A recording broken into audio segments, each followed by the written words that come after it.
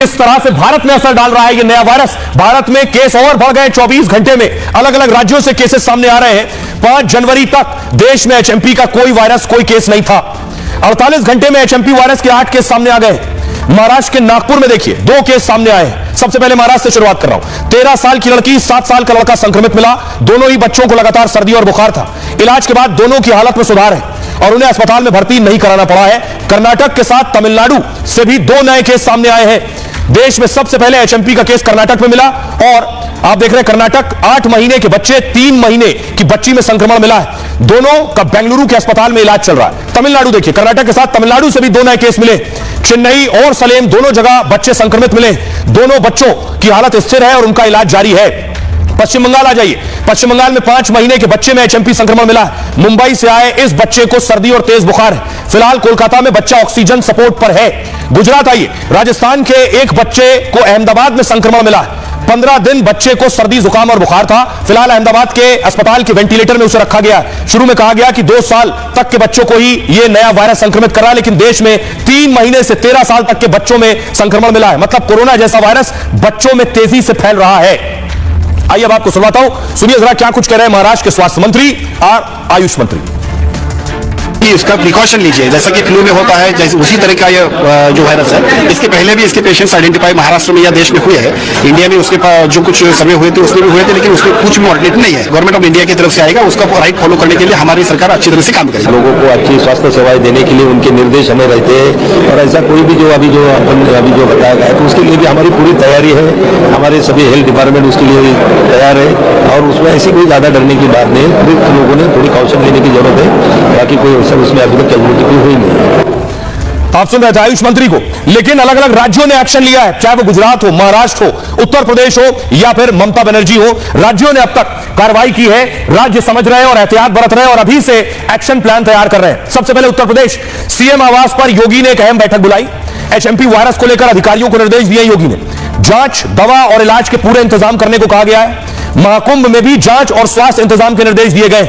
मध्य प्रदेश देखिए, मोहन यादव ने कोई केस नहीं मिला है, लेकिन राज्य सरकार अलर्ट पर है। नए वायरस को लेकर सतर्कता और तैयारी के निर्देश है। सर्दी, जुकाम, बुखार में बच्चों को स्कूल ना भेजने के निर्देश है। महाराष्ट्र, एचएमपी वायरस को लेकर महाराष्ट्र में अहम बैठक हुई है। नई गाइडलाइंस जारी की गई है। सर्दी बुखार के मरीजों के सर्वे के निर्देश दिए गए हैं। लोगों से अपील है, घबराएं नहीं, लेकिन सावधानी जरूर बरतें। एक वकील ने हाईकोर्ट में याचिका दायर की है बाकायदा। गुजरात, केस मिलने के बाद गुजरात में एडवाइजरी जारी की है। अस्पतालों को दवा, बेड के इंतजाम करने को कहा गया है। सावधानी बरतने और समय पर इलाज की सलाह दी है। पश्चिम बंगाल, ममता बनर्जी के राज्य में वायरस को लेकर ममता ने कहा चिंता की जरूरत नहीं, हम केंद्र की गाइडलाइन का पालन करेंगे, लेकिन लोग प्राइवेट अस्पतालों के रैकेट से सजग रहे। हल्का बुखार होने पर डरने की जरूरत नहीं है और डराने वालों से सावधान रहे। कर्नाटक, दक्षिण से पहली बार कोरोना की एंट्री हुई थी, इसलिए नए वायरस को लेकर कर्नाटक में सजगता बढ़ती जा रही। टेस्ट और इलाज बढ़ाने के निर्देश कर्नाटक में दिए गए। सीएम खुद मामले पर नजर रखे हुए हैं। सुनिए जरा क्या कुछ कह रही है ममता बनर्जी और यूपी के डिप्टी सीएम ब्रजेश पाठक।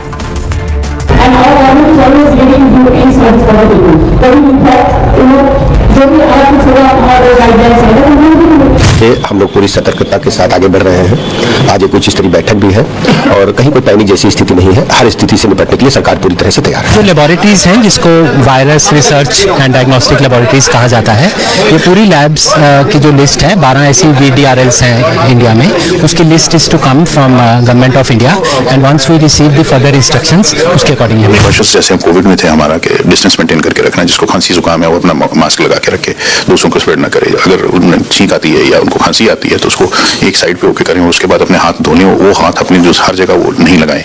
और सबसे बड़ा इसमें यह है कि अपने जो एक्सट्रीम एजेस हैं, छोटे बच्चे और बुजुर्ग जो हैं, उनको खास एहतियात करने की जरूरत है।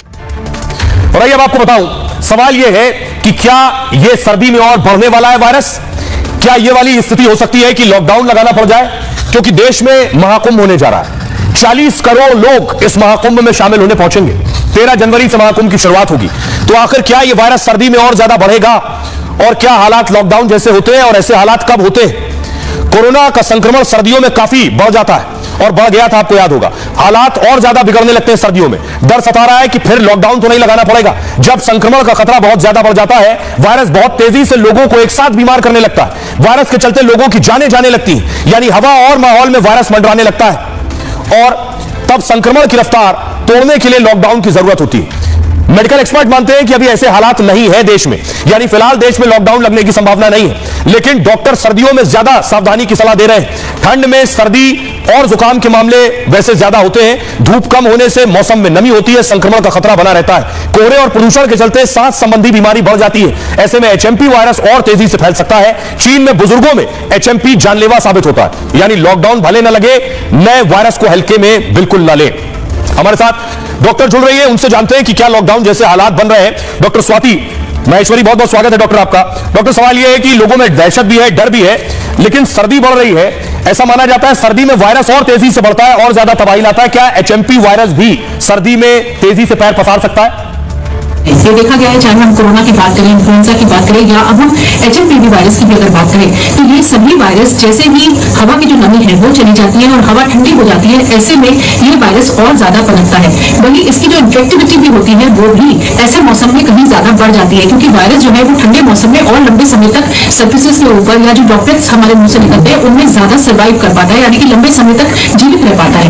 ऐसी स्थिति में ये ज्यादा से ज्यादा लोगों को संक्रमण भी पहुंचा पाता है। और इसीलिए जिस तरह से हमने कोरोना के साथ देखा था कि सर्दी के मौसम में संक्रमण ज्यादा होता था, वैसे ही एचएमपी के इन्फेक्शन जो है, इस वायरस के इन्फेक्शन जो है वो भी सर्दियों में ही ज्यादातर देखे जाते हैं और इसी में ये ज्यादा फैलता है। बहुत शुक्रिया। तो उम्मीद करेंगे कि हमारे दर्शक भी अभी से सावधानियां बरतेंगे। खबरों में आगे बढ़ते हैं। अब आपको लिए चलता हूं चुनाव की ओर। दिल्ली चुनाव का ऐलान हो गया। दिल्ली में किसकी सरकार? दिल्ली चुनाव की तारीखों का ऐलान हो गया है। दिल्ली तारीखों के ऐलान के साथ ही दिल्ली में जुबानी जंग भी तेज हो गई है। आपको बताऊंगा दिल्ली में कौन क्या दावा कर रहा है। और दिल्ली के साथ साथ अगला चुनाव जिसका ऐलान हुआ है वो है उत्तर प्रदेश के अयोध्या का मिल्कीपुर, जो सीट समाजवादी पार्टी के अवधेश प्रसाद ने जीती है, उस सीट पर भी चुनाव होना है। लेकिन अखिलेश के करीबी पर आज योगी ने बुलडोजर चलवा दिया। ये अखिलेश यादव और ये अखिलेश यादव के करीबी कैश खान, अखिलेश और डिंपल के बगल में खड़े, इससे आप समझ सकते हैं कितने करीबी है। कन्नौज के पार्टी के कोषाध्यक्ष भी बताए जाते हैं कैश खान, खासा रसूख और समाजवादी पार्टी में भी ताकतवर है। अब देखिए जरा बुलडोजर, ये है इनका होटल, मैरिज हॉल था, इरम मैरिज हॉल। इस मैरिज हॉल पर योगी का बुलडोजर चला। अगली तस्वीर देखिए जरा, ये सपा नेता के होटल पर बुलडोजर चल रहा है। बताया जा रहा है अवैध कब्जा करके इसे बनाया गया था।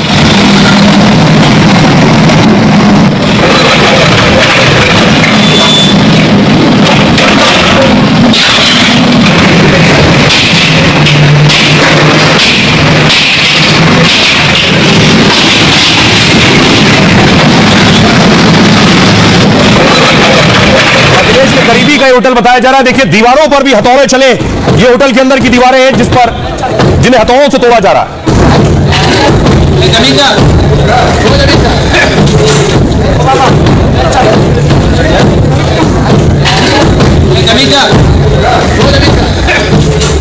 तो अखिलेश के करीबी पर हथौड़ा और बुलडोजर चल गया। और इस बीच इलेक्शन कमीशन प्रेस कॉन्फ्रेंस कर रहा था। कन्नौज में बुलडोजर चल रहा था। इलेक्शन कमीशन ने तारीखें बताई कि दिल्ली में कब चुनाव है, नतीजे कब आएंगे, और मिल्कीपुर में कब चुनाव है और नतीजे कब आने। अगली तस्वीर में आपको दिखाऊं। इस बीच दिल्ली में